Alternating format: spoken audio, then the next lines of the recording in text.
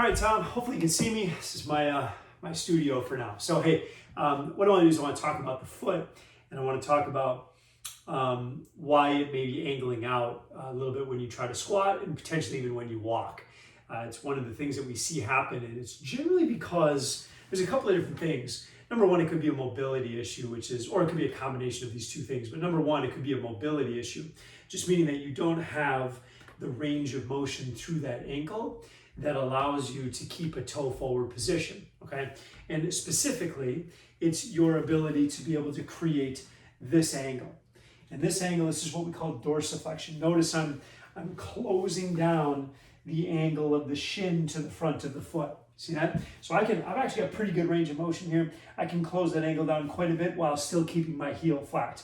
If I'm missing range of motion and I try to push that knee forward, right, I'll stay at, like, let's say a 90 here, a 90-degree bend, right? As I try to push that knee forward, the heel pops up, right? Hopefully that makes sense, right? If I've got range of motion, I can keep that heel down, okay? Hopefully that makes sense. Hopefully you can see that, right? So what happens when I try to squat and I don't have good dorsiflexion? The compensation that occurs is my foot needs to go outward so that I can give in the arch of my foot. Check this out. Here's what generally happens. See that? So now my knee can shift forward a little bit. I'm not really in dorsiflexion because I still have this 90-degree bend here, but my knee can come forward a little bit at the expense of the stability of my foot.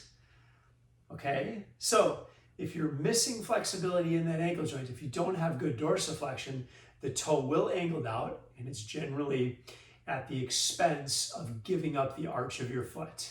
Your body is amazing in that it will always find a way to do something. So if I tell you, I want you to squat down low, and when you squat down low, which I'll do, you'll see the required angle of my foot. If I keep my toe forward, you'll see the required angle. Look at that. See that dorsiflexion? See that?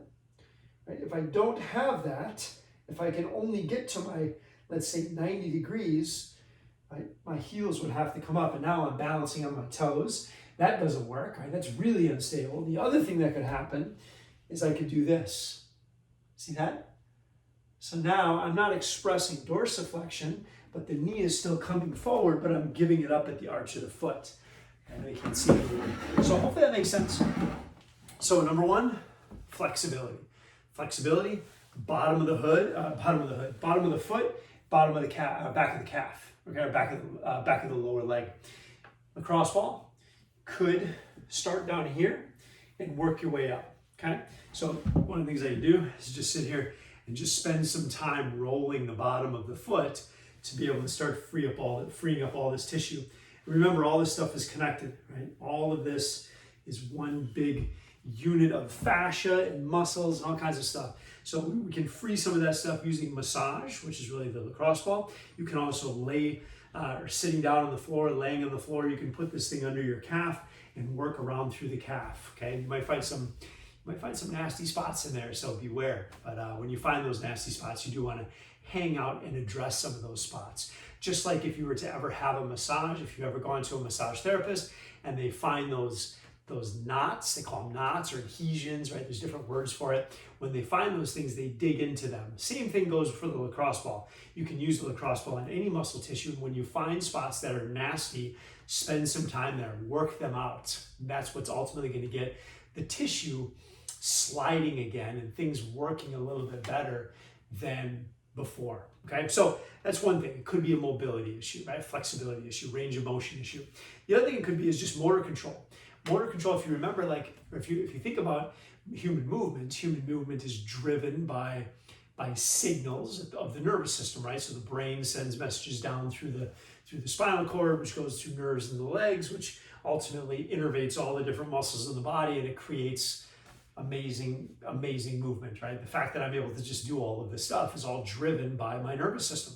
So if I spend a lot of my days sitting, right? If I spend a lot of days, years and years and years, hours and hours and hours sitting, one of the things that I teach my body to do is to be in, I don't know if you can see that, But if I extend my leg out, right, like how do you sit sometimes like this, right?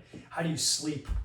It's like this. You're always in this position here. So as soon as I try to get you back into dorsiflexion, your nervous system doesn't even know how to do it. We blame it a lot of times on mobility, but a lot of it can just be motor control. When I say motor control, it's your nervous system's ability to be able to manipulate your joints into different positions that maybe you haven't used in a really long time. And then different compensations occur. So really what it comes down to is teaching your body or relearning those positions, right? So it's practicing, it's working. Like when I mentioned in one of my videos, when you're walking, look at what your foot does. If it's angled out all the time, start bringing it back around, and it's gonna feel weird. It really is. But remember, you're learning a new pattern, right? You're teaching your body a new pattern. And a lot of times, if we can do a combination of both, we do some rolling and then we do some practice, like we start walking with more toes forward, we practice our squats with a more toe forward, and develop some strength in the system. Neuromuscularly, you're gonna start to retrain your body how to move. Like that's really what it comes down to. And I would argue, and a lot of people would argue, that most of the inflexibility that we see in the world today is more motor control than actual tissue, like tissue rigidity or tissue stickiness. That can be some of it, but the more and more research coming out and the more things that are coming around rehab and getting joints to work normally again through ranges of motion, a lot of it is just the nervous system. The nervous system will not allow those muscles or those joints to go through some ranges of motion that it's not used to using. And again, if you're sitting all day, we're training your body, we're molding your body into this position. We have to undo that. We have to undo that. We have to reteach everything. And it just takes some time. So if you're willing to be patient with it, I think this helps a lot. This will accelerate the process. There's even some neuromuscular stuff that can happen with this. So if we can put these two together, I know that will be something that will correct. So be aware, right? Do some of these simple things, like use a lacrosse ball. And I use a lacrosse ball literally before every workout on whatever area is bugging me. A lot of times for me, it's my low back, upper middle back. I've done the bottom of my feet, so it just depends on where stickiness comes up. So hey, hopefully that makes sense. Hopefully that helps you and gives you some ideas. One other thing that I mentioned in one of my squat videos that you probably watched is when you're doing your squat, when your foot is on the ground, when we're doing an exercise where your feet are stationary, we want toes mostly forward. Reason being is we can express full range of motion in the joints when the toes are forward. I want you to think of your foot as a tripod. And with a tripod, we've got 3 points of contact, right? So with the foot, obviously there's more than 3 points, but there's 3 primary points where we want the majority of the weight of your body resting on. Number 1 is the ball of the foot. Number 2 is the outside of your foot. And number 3 is the heel of your foot. We want your weight evenly distributed through those 3 points of contact as you squat down and as you stand back up. All right, so when you do your squats, think about where the weight distribution is going. Do you feel the outside of the foot coming up? In which case, the arch of the foot would be collapsing, right? Do you feel yourself coming up on your toes or up onto the ball of your foot and your heel getting very, very light, right? That would mean that there's some sort of a movement fault going on. Your feet tell the story. It's pretty amazing. As a coach, the more and more I got into coaching, the more I would be obsessed about watching athletes' feet. Because if I could see what's happening with the feet, a lot of times it would tell me what's going on up the chain. And we can make some smart guesses, and we could make some changes just based on what the feet were doing. So 3 points of contact, create some awareness of that. And again, that'll help you with your motor control. Use this. This will help you with your flexibility / mobility. The two together, be a new man. All right. If you have questions, let me know. Otherwise, there you go. Rock on.